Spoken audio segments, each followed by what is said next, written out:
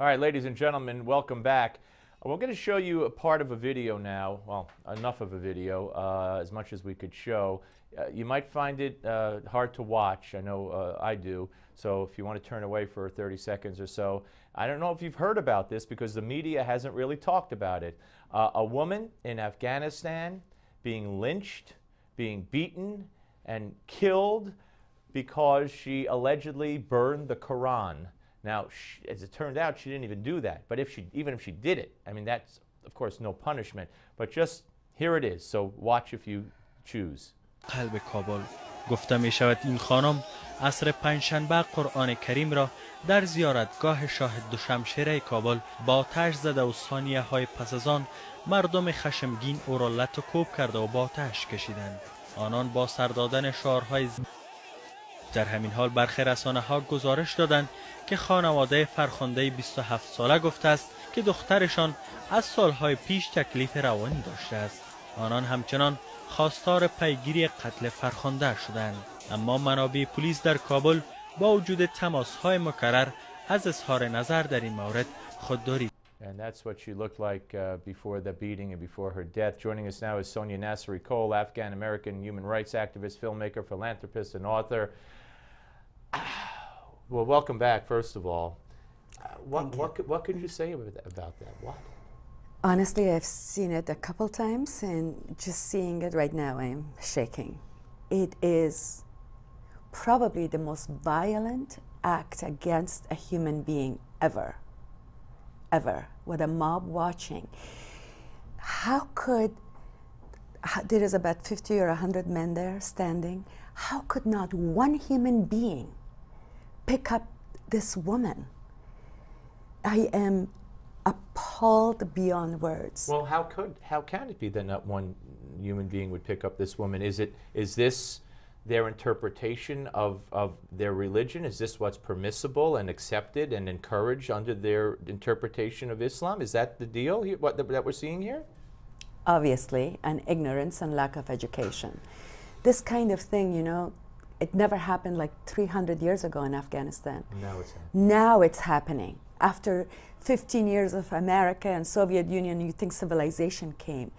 It became wild, this country. And now our president goes up there and with our other Afghan president and saying, things are fantastic. We are handing Afghanistan in a beautiful way back to the people.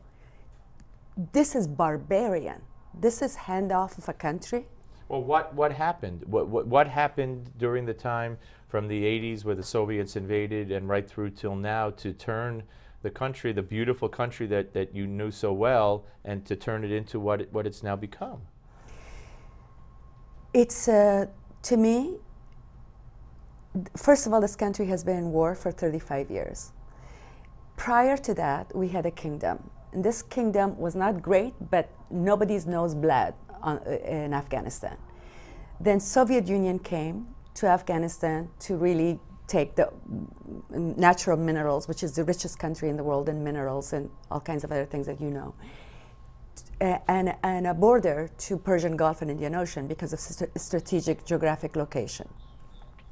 Then they failed, thanks to us and funding Osama bin Laden, which was CIA trained, and then us not collecting what we needed to collect, our weapons and everything, and bring prosperity and a government to Afghanistan before we took off. We just left it to Osama bin Laden.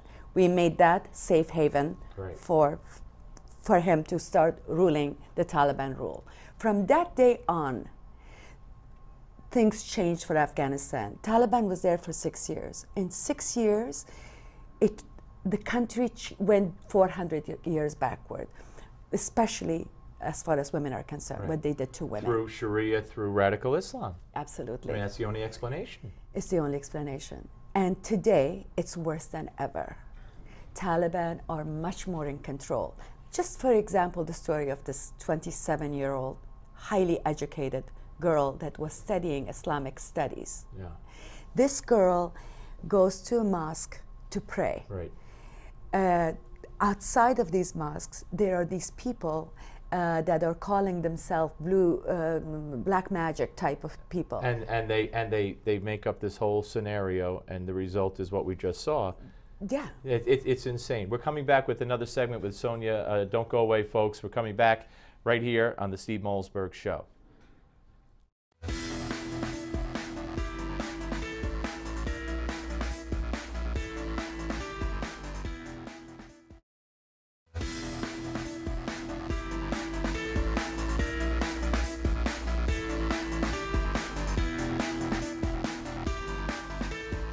We are back with Sonia Nassery Cole, Afghan American human rights activist, filmmaker, author, and her book, Will I Live Tomorrow? The movie which she wrote and directed and starred in and produced, Black Tulip. And you're working on so many other projects right now. You're the busiest person I know, and it's also it's so important. The work you're doing is so important because you're here to speak out on behalf of that woman. You're here to speak out on behalf of the people who are being persecuted in Afghanistan, and you're such an important voice. So what are you working on right now? Tell us. This moment, I'm really fighting for this woman's right, because I am extremely disappointed how the government of Afghanistan didn't do anything about this woman. The president came to Washington. Yeah. You hear a genocide like that happening in your country. Say nothing. You say nothing. You should be hightailing it back there. Your wife, who says every Afghan woman is my sister, where is she? Where is her voice? Why there is no talk about this woman?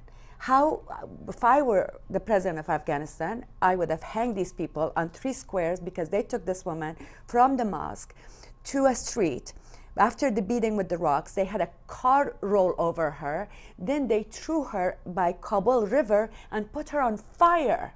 Can you imagine this? She should be a symbol, much like the young girl Absolutely. was with the There beautiful should be eyes. a statue Yeah. of her in the center of Afghanistan. The school should have been cut off.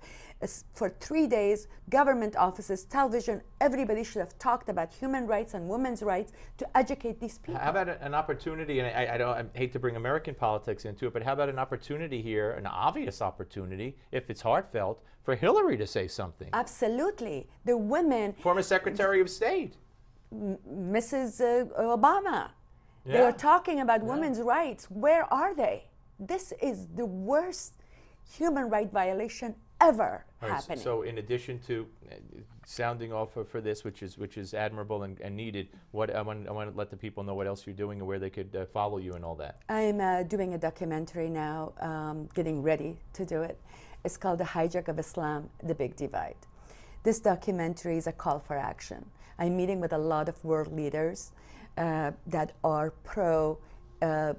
against the ISIS and trying to differentiate themselves, Islam and the ISIS and Al-Qaeda and alike, like Sisi, like King of Jordan, Abdullah, and now they're talking Saudi Arabia, maybe doing something which will be miraculous.